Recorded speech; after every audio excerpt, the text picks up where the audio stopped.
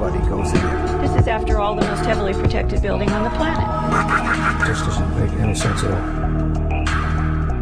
The Pentagon symbolizes our military power in the world. And they had hit it. And to this day, nobody knows what they hit it with, whether it was an airplane or whether it was a missile. And our government will never tell us, so we just wait for the French to explain it. What hit it? What's going on? There is nobody anywhere at any point in this entire investigation that has said that is positively American 77. They suppose it, they presume it, they assume it, they say this is what we think it is. The controller, Daniel O'Brien, who saw the unidentified blip coming in from the west at a high rate of speed, had no way of knowing what it was, because the primary was a primary return only. The secondary radar, the transponder, was turned off. In order to identify a primary radar target, you have to have two-way communications between the pilot and the air traffic controller, and the pilot has to report over a certain geographical location, or you have to be able to tell the pilot in the airplane to make a series of turns. And then the radar controller can look at all of the primary targets on his or her radar scope and say, there's an aircraft, or there's a target that just executed the turns I told. Now I can positively identify the aircraft. That never occurred. It's huge. Now, if Flight 77 really did go off of the radar screen for 36 minutes, according to her testimony, then the airplane was no longer flying. Or it was low enough that it was out of radar coverage.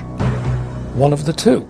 So, was the airplane landed at some place, some remote field? Then it does make sense that they lost the airplane for 36 minutes. But other than that, there's very little explanation for that. In the light of what we've seen and heard, it seems that the official version of 9/11 is not sufficient. We want the facts to be explained to us, and above all, we want them to be properly investigated. Basically, we want someone to finally tell us the truth.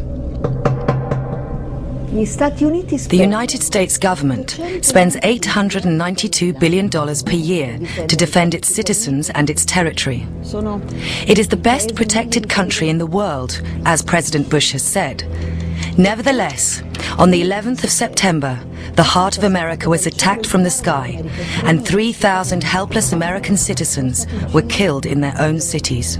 If I had been sitting on that committee, the congressional committee examining 9/11, the one question that they could not get the Air Force to answer correctly in NORAD was why the fighter planes did not go up automatically when the first planes were found to be hijacked.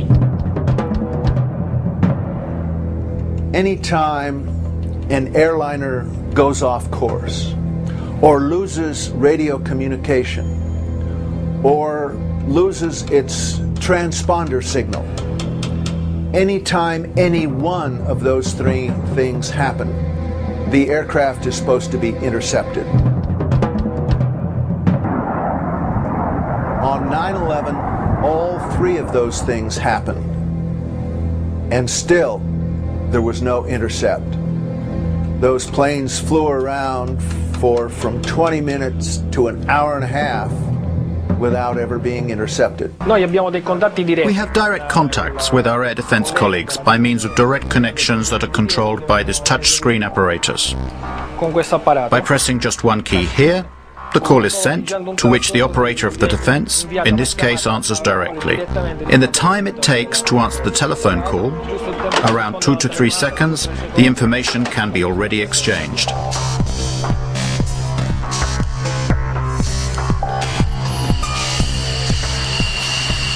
So why weren't the 4 hijacked planes intercepted and shot down? Military jets travel much faster than passenger aircraft. It would have been easy for them to catch up the jet planes before they crashed.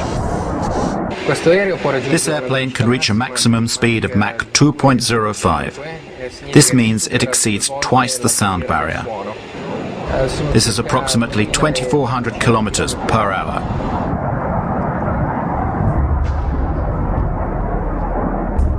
In the northeast of the United States, there are as many as 16 Air Force bases. Why weren't the Boeing jets intercepted?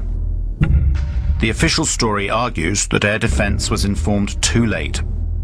One of the biggest lies is that the FAA guys were incompetent.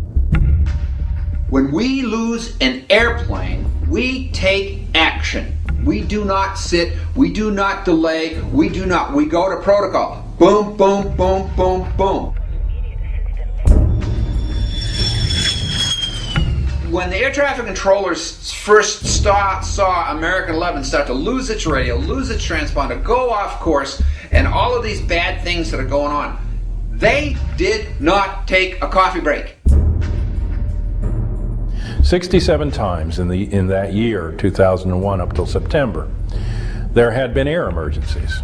They can get a plane up in from 6 to 10 minutes and scramble it, and 67 times that year in air emergencies.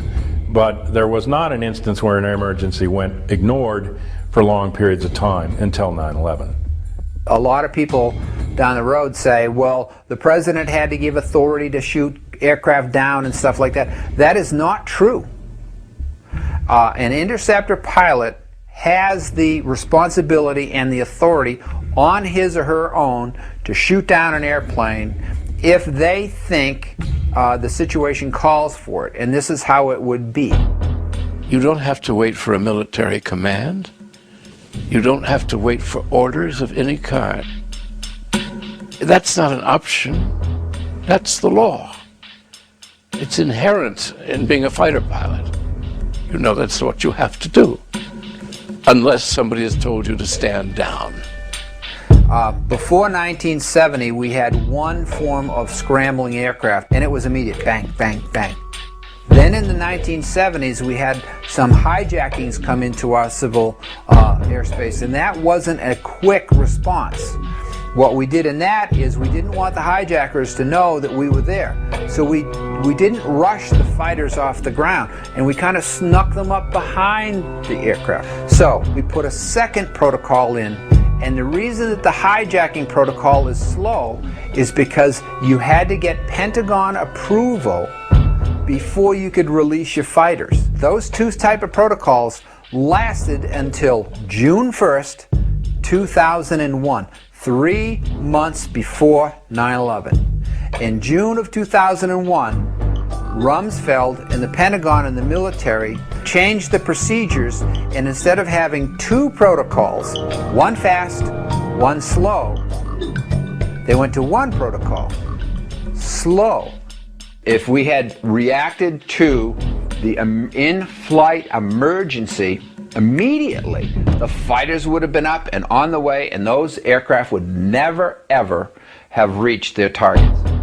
But when the center controllers came to notifying the military, okay, because they had only one protocol to work with, that protocol went through the Pentagon. Guess what? Guess who didn't answer the phone? Sorry, it was the Pentagon. Here's an analogy that I can give that would help out the common person here. What Rumsfeld did is the fire call comes into the fire station, but before the fire truck gets a chance to leave, it has to call the mayor of the city to get approval for that departure. And what if the mayor is out for breakfast or he's sleeping late and he doesn't answer the phone?